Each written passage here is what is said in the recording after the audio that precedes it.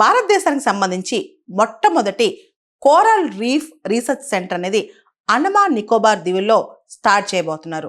National coral reef research institute అని చెప్పి అండమాన్ నికోబార్ ఐలాండ్స్లో దీన్ని మొదలెట్టబోతున్నారు. దాదాపు 120 కోట్ల ఖర్చుతో ఈ ఏజెన్సీని స్టార్ట్ చేయబోతున్నారు అనమాట. ఈ కోరల్ రీఫ్ రీసెర్చ్ సెంటర్ అనేది ఒక నోడల్ అండ్ మానిటరింగ్ ఏజెన్సీ. భారతదేశానికి సంబంధించిన కోరల్ రీఫ్ సంబంధించి ఒక నోడల్ అండ్ మానిటరింగ్ ఏజెన్సీగా కూడా పనిచేస్తుంటుంది.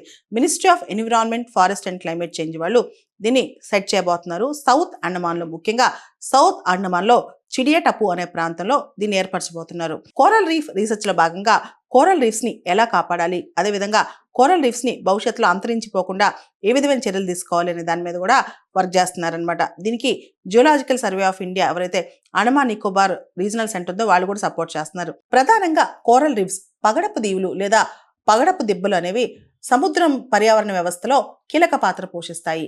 ఇవి జీవ వైవిధ్యానికి నిలయంగా ఉండటమే కాకుండా తీర ప్రాంతాలను రక్షిస్తూ స్థానిక ఆర్థిక వ్యవస్థలు కూడా ఎంతో మేలు చేస్తాయి. ఫిషరీస్ కావచ్చు, టూరిజం కావచ్చు, ఇవన్నీ కూడా కోరల్ రీఫ్స్ వల్ల వచ్చే లాభాలన్నమాట.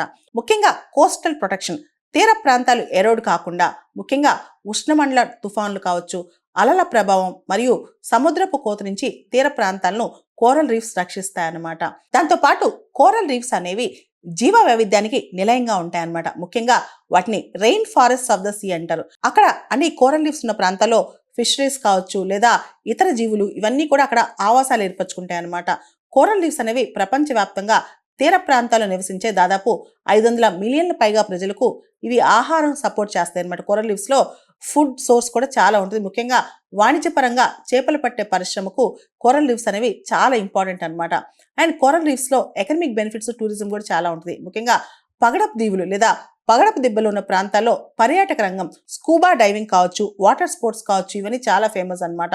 దాంతోపాటు చేపల పరిశ్రమ ఏదైతే ఫిషరీస్ ఉంటుందో దాని ద్వారా బిలియన్ల కొద్ది డాలర్లు ఈ కోరల్ రీఫ్స్ ప్రాంతాల్లో ప్రజలు సంపాదించుకునే అవకాశం ఉంటుంది అనమాట. దాంతోపాటు కోరల్ రీఫ్స్, ఈ పగడపు దీవులు ఏవైతే ఉన్నాయో అక్కడ లభించే జీవుల రసాయన సమ్మేళనాలను క్యాన్సర్, కీళ్ళ నొప్పులు మరియు ఇతర వ్యాధులకు చికిత్సగా వాడతారనమాట.